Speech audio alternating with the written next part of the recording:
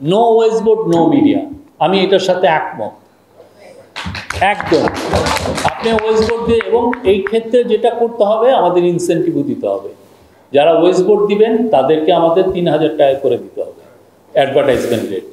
যারা যারা wedge board দিবেন, হ্যাঁ, তাদেরকে আমার সুরক্ষা দিতে হবে।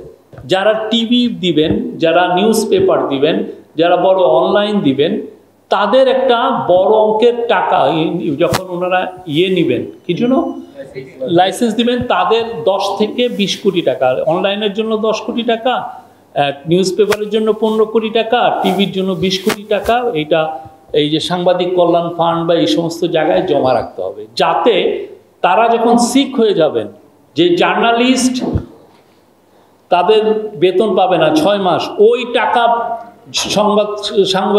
সাংবাদিক কল্যাণ ফান্ড ওই টাকার থেকে ওদের বেতন দিবে, ওই টাকা দিয়ে ওদের পেনশন দিবে।